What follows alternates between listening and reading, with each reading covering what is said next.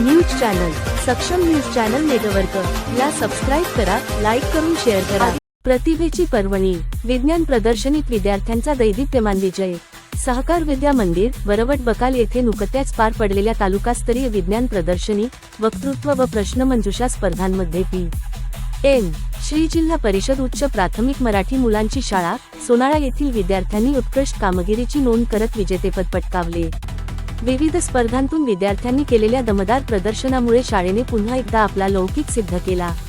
इयत्ता 7वीतील यश संतोष दाभाडे, कर्तव्य विजय ढोले, आयुष तानाजी सावळे व श्लोक संदीप बारबदे यांनी सादर केलेले ज्ञानसमृद्ध मॉडेल परीक्षकांनीही प्रशंसनीय ठरवले। वक्तृत्व स्पर्धेत इयत्ता 7वीतील यश दाभाडे याने प्रभावी मांडणी करत प्रथम क्रमांक मिळवत विजय मिळवला।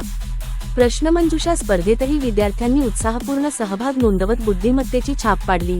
या स्पर्धेत यश दाभाडे, कर्तव्य ढोले, आयुष सावळे, रमण सरदार आणि साहिल भामद्रे यांनी उल्लेखनीय सहभाग नोंदवला। या प्रदर्शनामध्ये श्री कचाले सरांनी 5 शैक्षणिक साहित्य सादर करत प्रथम क्रमांकाचे मानकरी ठरले। या सर्व यशामागे मार्गदर्शक शिक्षक कचाले सर, घाटोळ सर व खानदेशी सर यांचे मोलाचे मार्गदर्शन लाभले। विद्यार्थ्यांच्या तयारीत शिक्षकांनी दिलेली योग्य दिशा व मेहनत फलदायी ठरली।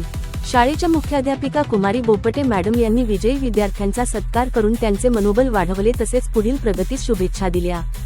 या बहुविध यशामुळे सोनाळा गावात व तालुक्यात आनंदाचे वातावरण निर्माण झाले असून शाळेचा लौकिक अधिक वृद्धिंगत झाला आहे। सक्षम न्यूज चॅनल नेटवर्क करिता मुख्य संपादक श्री सुमेध भाऊ दामोदर सोनाळा। जर आपल्याला ही बातमी आवडली असेल तर लाईक करा, शेअर करा आणि आपल्या परिसरातील ताज्या बातम्या, चालू घडामोडी अशाच उत्कृष्ट कार्याचा गौरव करण्यासाठी सक्षम न्यूज चॅनेलला सबस्क्राइब करायला विसरू नका। धन्यवाद।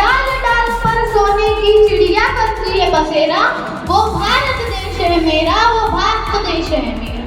कि आपल्या भारतात सोन्याची चिड़िया पण वास करते। काश्मीर पासून तर कन्याकुमारी तक प्रत्येक भागात आपला भारत पहिला आहे।